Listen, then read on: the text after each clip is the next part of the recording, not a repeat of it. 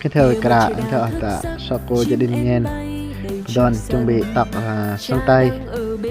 này để tôi quê quen nổi ở huyện Sơn Tây xã Sông Mùa ý bác ngày gọi được làm tiền nhận đồng hành nhận so cô gọi được của nhây on á có bộ nhà em mài liên hệ á